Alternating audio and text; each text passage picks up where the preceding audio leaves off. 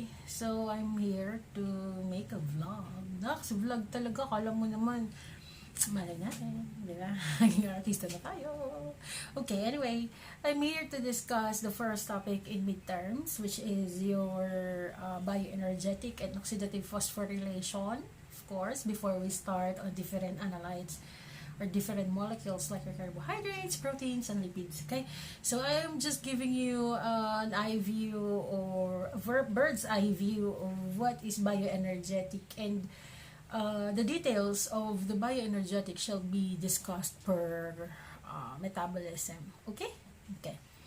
So to start with, of course, when we speak of your bioenergetic and oxidative phosphorylation in layman's term, this would give you the idea, or this would turn into metabolism. Okay, so metabolism. So, syempre, we all know what metabolism is. We use that in pag nagbibiroan tayo pag kumakain, di ba? So, when you're sexy like me, di ba? Sexy talaga, no? For example, I eat too much and I get fat. Sabihin ko, defense ko, bago kasi metabolism ko eh. Kaya hindi siya na-convert into, energy. And there are some people who are so blessed enough that even if they eat a lot, the tendency is for them to still be thinner, no? Sabihin natin, kasi yung lakas naman ng mabilis ang metabolism niyan. So, we would always try to find some medication, some help, how to metabolize, how to fasten up or enhance our metabolism. So, ganun lang siya. But, of course, to make it simpler, all of you are very familiar with metabolism, considering that you have studied plants in your younger years, no? And that happens to be photosynthesis. That is actually one of the all of them. Take note, all of the organism is doing or having those process the metabolism, no? So for example, in plants, the example of metabolism in plants is photosynthesis. How they convert light to form an energy. Okay, so yun. Now, of course, we're not plants. We belong to kingdom Animalia. Okay, so we have to discuss metabolism that is appropriate for human processes. Okay, now if we are to define metabolism, that is actually the sum of all chemical activities that is taking place in living organism. So again, it would also include plants, animals, and humans. Okay, now you can actually you can classify, or there are two types or two process where there are two process or two classifications of metabolism. One is catabolism and the other one is anabolism. So what do we mean when we say catabolism? Pag catabolism, we release energy, and sometimes we store it in the form of ATP when not needed, But basically, your catabolism is the releasing of energy. And when we say catabolism, it usually pertains to the degradation of a large molecule or a large product into simpler, smaller substance, or into simpler, smaller molecules. Okay? So from a large one, you have to divide that. Okay, now there are 4 stages wherein catabolism is involved, like the first stage being digestion. Okay, so again, there are 4 stages. The first stage being digestion, and the other one is the formation of acetyl-CoA, okay, which will enter into citric acid. And then last one is your electron transport and oxidative phosphorylation. So yun yung mga 4 stages of the 4 stages of metabolism under catabolism. Okay, so for anabolism naman, we absorb energy, okay, and store it as a chemical bonds. Again, in anabolism, we store energy, we store it as a chemical bonds, and we are actually absorbing the energy. Now, what happens kung yung catabolism, it breaks down large component, large molecule into simpler, smaller component. Ito naman pong anabolism, it synthesizes a complex molecule from those simpler or smaller substances, which is a product of your catabolism. Okay? So, malinaw yun ha. Kapag catabolism, malaki, pinaliliit natin. Pagka anabolism, maliit, pinalalaki natin. Okay? So, also, pag sinabi ni catabolism, releases energy. Okay? Now, there are times that it will store energy kung hindi pa masyadong kailangan ng katawan mo. But, pag kailangan na, basically, i-release niya rin yun. And anabolism, this is a process wherein we absorb your energy and store it as a chemical bond. Okay? So, ganun siya. Medyo gumiginda si Dean dito sa bandang para hindi masyadong malaki ang katawan. Okay? No. So, yun yun. So, now take note that in every metabolic reaction, there will always be an enzyme. And this enzyme actually will really play a great role in such metabolic pathways. Take note, your last topic in prelims is the enzyme, and we all know that enzyme is the catalyst of all reaction. It actually catalyzes, or in layman's term, it enhances, or it makes it faster. The reaction makes it faster, no, when there is the presence of your enzyme. So definitely, enzyme would be important, equally important to those of the components that you have in your body. Now, take note that your enzyme could really help in the series of small reactions. So whether be it a large reaction or a small reaction, a complex reaction, or a simple reaction, enzyme will always be there to help. Okay, so you have this term, the free energy differences. The free energy differences is between reactants and products. That would be low. The measurement of the free energy differences would be low. Okay? And the concentration differences will keep naman the enzyme run reaction in one direction. Okay? Again, concentration differences that will keep your enzyme to run in one direction. Okay? So, pag tinanong how is it being affected, or how does it happens, then just take note that when there is products, this will constantly removed. The product will have to be constantly removed, so there will be no build up at the end. Okay? So, ibig sabihin, kailangan ma-process mo rin siya. For example, nagkatabolism, you have to convert large carbohydrates into simpler form like monosaccharide and disaccharide. For example, is your glucose, which happens to be monosaccharide nga ba glucose? Please correct me if I'm wrong, but I guess it's monosaccharide. Okay? So, kailangan hindi mag-build ang glucose, no, at the end of the catabolism. And it has to go further. Okay? Therefore, we prevent that build-up at the end so that the concentration will stay low for the product. Kasi hindi rin naman maganda if you will not consume the product at all. Okay? Now, everybody's familiar with the eukaryotic cell. Am I correct? So, in the eukaryotic cell, you have your nucleus, you have your cell membrane. Naku, help me on this one. You have your cell membrane. Mickey Mouse. This is Mickey Mouse. You have your nucleus, you have your cell membrane, you have your mitochondria, your ribosomes, your cytoplasm, lysosomes, etc., etc.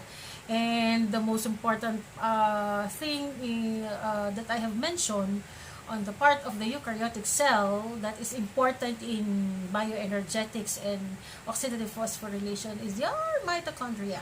Okay, so we all know that mitochondria is the source of your energy, and definitely we call this as the mighty mitochondrion, okay, in the eukaryotic cell. So the majority of our energy is grabbed from our food molecules in the process called anaerobic cellular respiration, which happens inside your mitochondria. Okay? Again, when we grab energy from the food molecules that we take and process it under what we call aerobic cellular respiration, of course, the aerobic cellular respiration will produce energy, and that actually happens in the mitochondria. Okay. So, what about cellular respiration? Actually, you can classify cellular respiration into anaerobic and aerobic respiration. When we say anaerobic, we do not need oxygen at all. Okay? And usually, this is synonymous to fermentation. Okay? And when we say aerobic, this will definitely require oxygen, and this will induce the redox reaction. And redox will stand for oxidation reduction oxidation reaction. Okay? So, of course, pag sinabi po nating anaerobic, we do not need oxygen. Pag sinabi nating aerobic, of course, we need oxygen. And these two types of respiration are happening spontaneously. So, when we say spontaneously, sabay sila, it's actually a coupled reaction. Okay? So, when we say coupled reaction, it could always be a combination, and there could always be a synergistic effect. Okay, so when process is happening spontaneously, or kusa, no, very spontaneous, kusang nangyayari yan. When things happen spontaneously, okay, and it will use a lot of coupled reaction, you term that as your exergonic reaction. Again, when things happen spontaneously, exergonic. Na in love ka, it's so spontaneous, it's an exergonic reaction. Okay? Nuulit ko, na in love, bigla na lang, nakita mo si Piolo Pascual, pero hindi ko masyadong trip si Piolo. Change topic. O basta kung sino man yan, nakita mo, tapos biglang tumibok ang puso mo, it's spontaneous, biglang nangyari. So, it's an exergonic reaction. Alam niyo na. So, I am just using these examples for you to understand what does it mean. Okay. Now, also, take note, as I mentioned earlier, most of the biochemical pathway involves a coupled reaction. So, there are several reactions in one process or in one pathway. Okay, it could be a combination of aerobic and anaerobic respiration. It could be a combination of catabolic and anabolic metabolism. So, yun yung coupled reaction. Just to achieve one useful product. Okay? Now, take note that ATP is the most common energy carrier. So, we always term that energy is the ATP and ATP is the energy, but basically your ATP is just a carrier of that energy. Okay? And this is why, and having said that your ATP is the carrier of your energy, the reason why the focus of most of the examination of metabolic reaction is the ATP production. So, we are more concerned of the ATP production, in all of the metabolic reaction that we will discuss. What is important is, or we are always focused on the ATP products. Okay? So, there are other molecules that can also act as exergonic energy carriers. This will help to drive an endergonic biochemical reaction. So, pag sinabi natin endergonic, pag sinabi, ano daw? Kayo nga, ano nga sabi? Kapag exergonic ay spontaneous. Yeah? So, pagka endergonic, sabi natin, kabaliktaran syempre na exergonic, endergonic nga, ay di non-spontaneous. Okay? So, there will always be a molecule that will react as an exergonic energy carriers, at least to initiate, okay, the endergonic biochemical reaction. So, examples for of your energy carriers would be your NADH2 and your FADH2. Okay? So, actually, these are coenzymes. Pero, in the reaction, yung NADH and the FADH2 are actually energy carriers. So, these are actually exergonic energy carriers. This will induce, okay, or help the endergonic biochemical reaction to push through. Okay, so we have what we call the reaction coupling. Now, in reaction coupling, there would be release energy drives on endergonic reaction. Example of exergonic or spontaneous reaction is ATP hydrolysis reaction. So, ano ba nangyayari doon sa ATP hydrolysis reaction? Hydrolysis, di you add water. Tama ba? O, tama. So, you have ATP plus hydrogen will produce ADP. Yung ATP mo, nabawasan ng isang phosphate. So, ATP, adenosine triphosphate, di magiging ADP siya. Plus, phosphate, yung free, yung inorganic, plus hydrogen ions. So, that is actually a hydrolysis reaction and that is actually a spontaneous reaction. Okay? Now, ang endergonic naman dyan, yung phosphorylation of glucose. So, you have your glucose, it will be added with the phosphate molecule plus hydrogen. Then, what you will produce is your glucose phosphate. A glucose does phosphate, ibig sabihin partnership ng glucose and phosphate plus hydrogen. So, that is non-spontaneous. Okay? So, again, kung example of your ATP, example of your exergonic reaction, that would be spontaneous, your ATP hydrolysis, wherein ATP added with hydrogen, it's H2O, okay, will produce an ADP, adenosine diphosphate, plus the free form of phosphate, yung PI, no, inorganic yun, plus hydrogen. Endergonic naman, that is non-spontaneous. You have your glucose, phosphorylation of glucose naman to. Basta phosphorylation of glucose, that will be endergonic. Okay?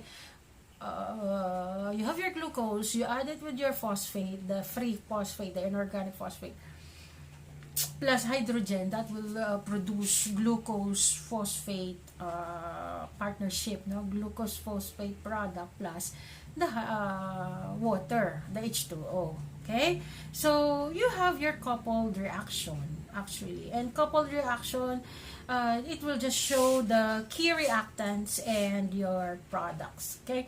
So, example of your coupled reaction would be, you have your glucose, which used in your endergonic, plus ATP, which was used in your exergonic, and then by that, you will have to produce a glucose phosphate and an ADP. So, that's a coupled reaction. Ulit, pag exergonic kasi, example of this is the ATP hydrolysis. So, you have your ATP plus your hydrolysis, your water molecule. So, that's H2O.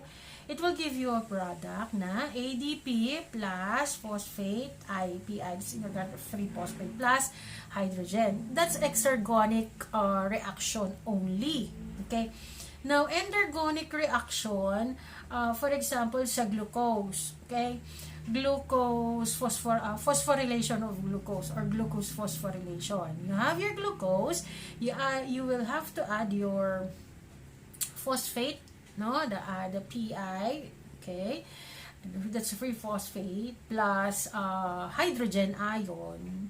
Then you will have to produce glucose phosphate, yung complex, glucose phosphate complex plus water molecule, H2O. O magkahiwalay yun. That's endergonic, non-spontaneous yun. Now, when we say coupled reaction, it will be a combination of exergonic and endergonic. How would it happen? In the example earlier, the ATP hydrolysis, which is exergonic, we will use that in the coupled reaction. So, you have your ATP. And you will get your reactant from the phosphorylation of glucose, the endergonic reaction. Then, you have your glucose plus the ATP. So, ibig sabihin coupled. So, both the endergonic and exergonic happened all the way, no? Magkasabay sila nangyari. That's why the end product of your coupled reaction is your glucose phosphate, 'di ba? Yun yung product ng endergonic. Tapos ang product ng ATP hydrolysis yung exergonic is your ADP. Kaya sa coupled reaction, ang magiging product mo is the two, the glucose phosphate complex plus the ADP. So, pinagsama, ibig sabihin ng coupled reaction. Okay? So, same thing with catabolism and anabolism. Of course, may nauuna lang at may nahuhuli, but kailangan sila magkasama. Okay? Now, take note that your coupled reaction will have a net exergonic effect, that is spontaneous effect. The reason why it will occur spontaneously. Okay? Regardless if it is a combination of exergonic and endergonic, the sum total of it is an exergonic effect. So, ibig sabihin, mangyayari. Talagang mangyayari. Okay? So, paano ba magandang example? Na in love ka, nakita mo, in love ka, exergonic, hindi mo napigil. Siyempre, ito nagdidetect ng sa hypothalamus sa'yo. Naku, huwag kang kapadadala sa amygdala mo. Hindi mo mal yan. Daming babae niyan. O, dititigil ka. That's endergonic, pipigilan mo. Diba? Pero hindi mo talaga siya mapigil. May naging product, naging crush na lang yung love. Pero at the end of it all, it's still an exergonic effect. Because it will always be spontaneous.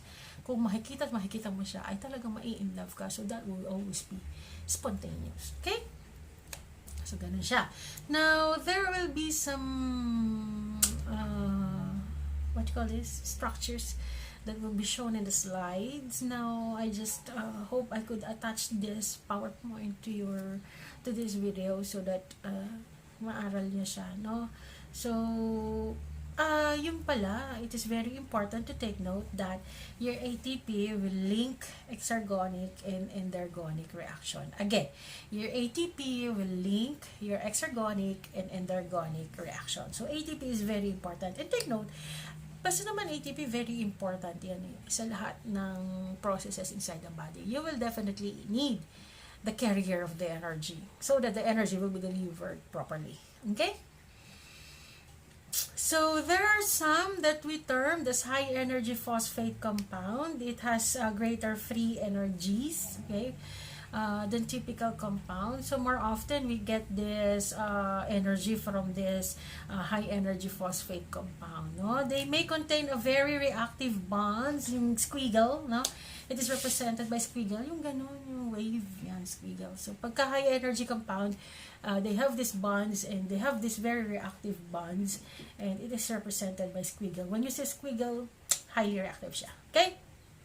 Next, your redox reaction or your oxidation reduction reaction. So, you have, of course, to remember two words, the oxidized and the reduced. So, the oxidized species and the reduced species. O, ito, take note, medyo nakakalit ito. Ang oxidized, this is oxidized species. This one can gain oxygen but loses hydrogen ulit. Pag oxidized, gain oxygen. So, marami siyang oxygen, kaya siya ay oxidized. And it will lose hydrogen. Okay? This substance becomes oxidized. Then, when it is oxidized, it can give energy. Okay? So, oxidized species takes up oxygen, loses hydrogen. And this one can give energy. Okay? And when we say reduced species, this one naman, balik na rin naman natin. It could gain hydrogen, but loses oxygen. And this one receives the energy. Okay. So, nililinaw ko po, ha. Kanina pulang-pula lips ko. Ngayon, wala na. Nakain ko yung nakain. Sarap. Again. So, in redox reaction, you have two species, the oxidized species and the reduced species. Pag oxidized species, it gains oxygen, it releases or loses hydrogen. And this one gives off the energy. Pag reduced species, ito po yung receives, okay? Receives or gain hydrogen, but loses oxygen. And this one actually receives the energy. Oh, yun ha. So, that's redox reaction. That's oxidation reduction reaction. And you just have to know the two type of species. Oh, malinaw yun ha. So, take note that the redox reaction is a very essential part of your cellular respiration. Again, Your redox reaction is a very important part of your cellular respiration. So many of the metabolic pathway uses a series of a small redox reaction. Okay, many of the metabolic pathway uses a series of small redox reaction. This is of course to minimize the loss of energy. So if we would want to conserve energy and we don't want to lose much, then your body has to use the redox reaction. Okay? So take note that in this process, energy is transferred in the form of the electrons. Ano ba yung mga electrons? The oxygen and the hydrogen. Okay? Sige. Now, there will be some samples of the redox reaction. For example, you use your NAD. Okay, your NAD, which will we will add 2 hydrogen atoms. Therefore, we give off 2 electrons, and that will produce NADH plus hydrogen. Okay, so yun yung mga example ng redox reaction. Okay. Also, we have please consider the energy transfer agent in reduced state. The energy transfer agent has more of a free energy and it is less in its oxidized state. Okay, again, when there is what we call the energy transfer agent in a reduced state, this has more free energy, less in its oxidized state. So you have your energy transfer agent that can be either reduced or can either be oxidized. In reduced, it has a lot more of free energy.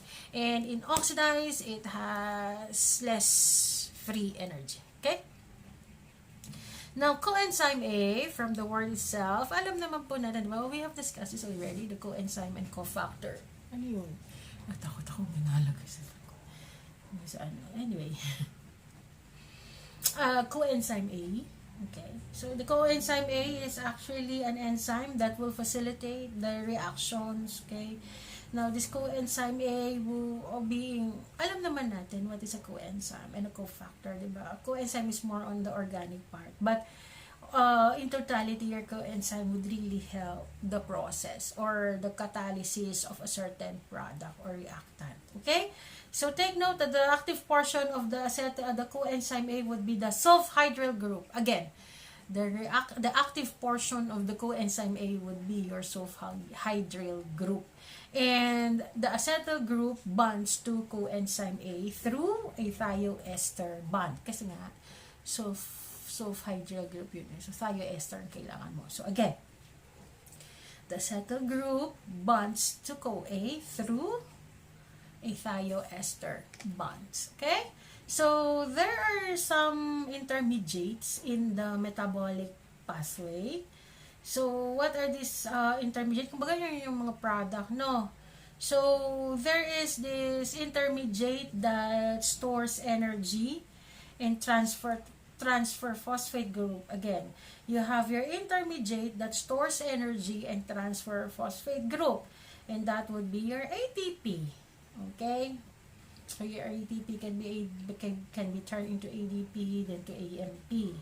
Okay, now there are also intermediates that would help in transferring of electrons in the metabolic redox reaction, and that would be your FAD and NAD. Again, the FAD and NAD are intermediates for the transfer of electrons in metabolic redox reaction. And lastly, you have your intermediates that transfer acetyl-CoA groups. Again, intermediates that transfer acetyl-CoA group, and that will be your coenzyme A.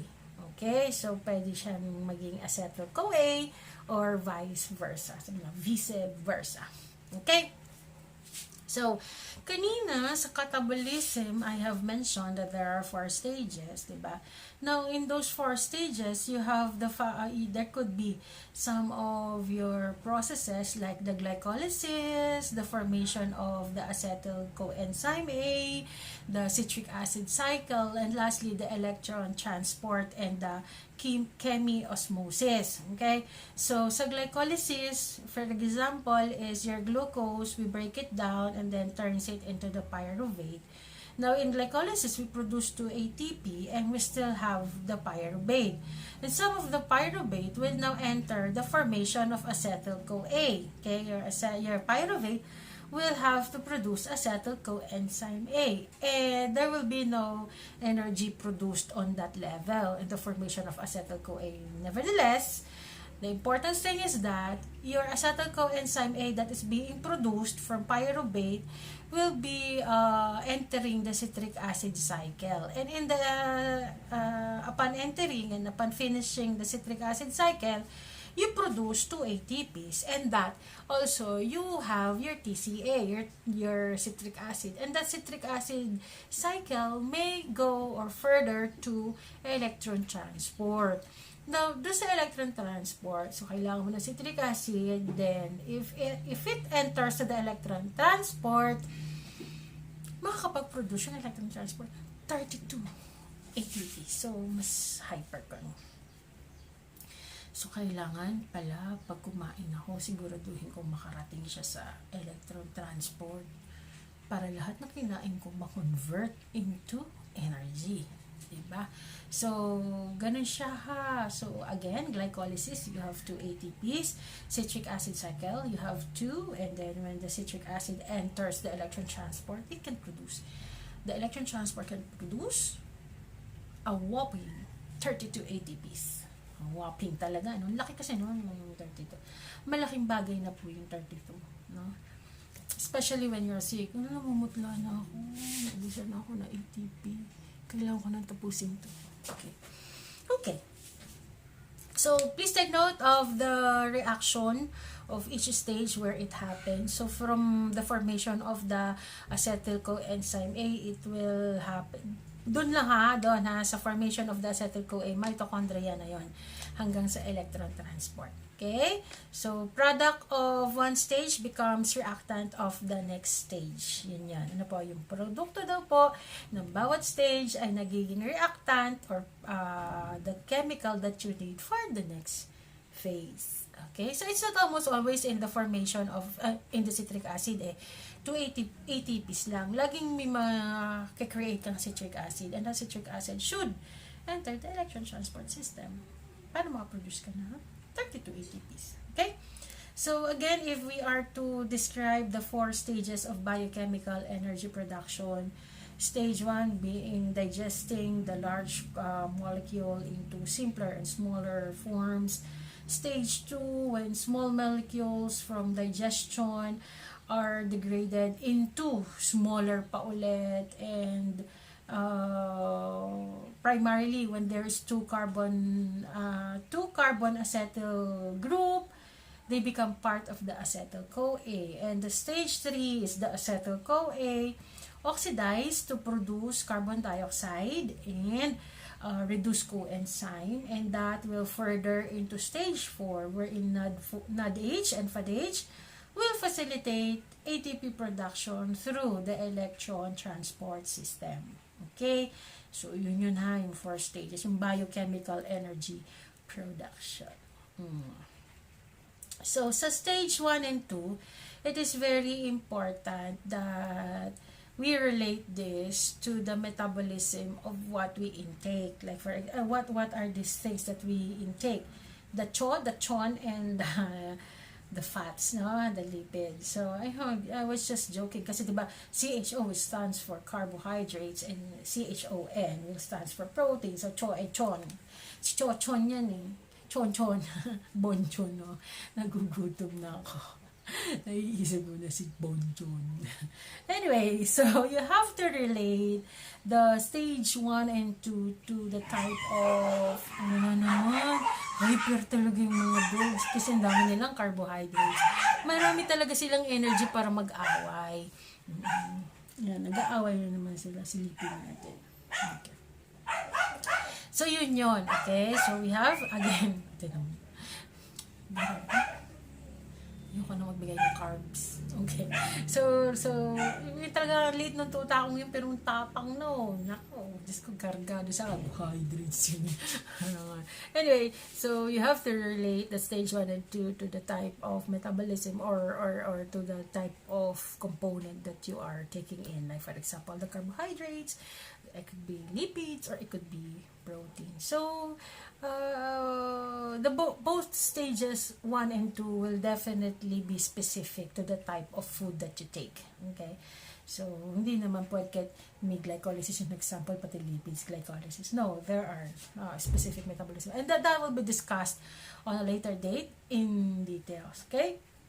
So, I guess that's the end of the bird's eye overview of your bioenergetic and oxidative phosphorylation. So, perhaps you're wondering why I have to make this video.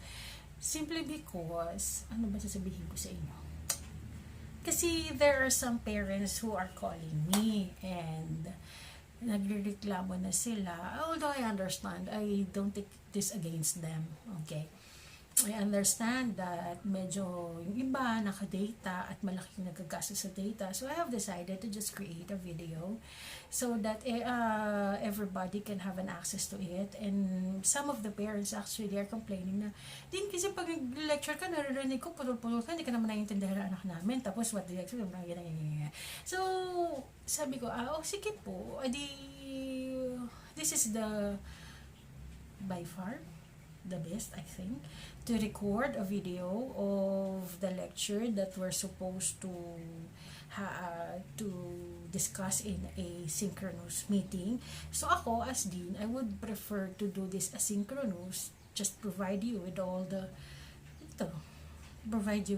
the lecture na nakikita nyo ako. The disadvantage is that you cannot ask questions during the discussion, but please, I'm begging you, use your Google Classroom wisely. Kasi, kung mapapansin nyo, hindi kayo meron gumamit ng Google Classroom eh. Why are you messaging your professor in FB? If you have question, is FB. Kaya po may stream.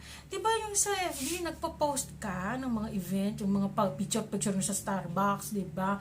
Pinopost nyo yun. Yun yung gamitin nyo, yung stream, so that your teacher can address your question. We will not get mad naman if, tsaka there will be we would not consider any question as stupid. There's no such thing. Pero talaga lang, diba? You have your Bettelheim, you can ask your Bettelheim first, but if Bettelheim cannot answer you smartly, then you can reach me through that stream. Actually, mas laging open yun kaysa sa FB ko. Even if there are some problems, like, hindi ko po mano yung hindi ko po nakuha pa, yung ganito, ganyan. Okay lang. Post it there so that I can address it at once. Okay? So, yun lang. Kasi kayo ginagamit nyo lang Google Classroom pang access sa examination, sa classwork. Hindi. Kaya nga siya may stream. If you have announcement that concerns all your classmates, you can use it. Okay, for example, si Miss Taps, inutusan ko, Miss Taps, announce ka na ganito. You can use the Google Classroom stream. Okay? So, I would really, sige, ganito na lang. For every time you're going to use the Google Classroom stream, when asking questions, especially related to the topic, you get 1 point. Masanay lang kayo. Okay? So, I will tell up to when the promo will last. Okay? So, promotion yun. Pinromote yan. Tabi na meron ko ng Google. Hindi naman. Kaya lang kasi, diba? Sayang kasi. We have to learn how to use the platform properly. So that when I get checked, or when our department will get checked by kasi checkin nyo ng CHED if the LMS that we're using is well used, no? Talagang ginamit talaga, or ginamit lang ba ito sa pag-post. So, please try to use your stream, okay? So that we can address, I can personally address whatever your questions are. So, please wait for the upload of this one, and then following would be the carbohydrates. Perhaps I'll have to change my shirt para hindi naman halatang isang araw ko lang siya. Isang araw ko lamang po siya. Ay, Diyos ko po. Nakikita ang mga fats, hindi pa siya nag-undergo na metabolism. Anyway, so yun lamang po. Eventually, on the next few days, you will be learning how carbohydrates is being digested, the lipids are being digested, and the protein. And by then, siguro, we can understand the principle of intermittent fasting if it is really healthy, or by that time we could understand if really yung keto diet would be appropriate for all types of body makeup. Okay, so also by then perhaps ketogenic diet would be applicable for all, but there has to be some point wherein you should stop and rest from the keto diet. Okay, so do not believe that we don't need carbo. We need carbohydrates talaga, and you will learn that as long as our lecture goes on. Okay, so have a nice day. I hope I would be able to edit this the whole afternoon, and then I'll be posting this in your Google Classroom. Okay, see you and have a nice day ahead of you. Bye guys.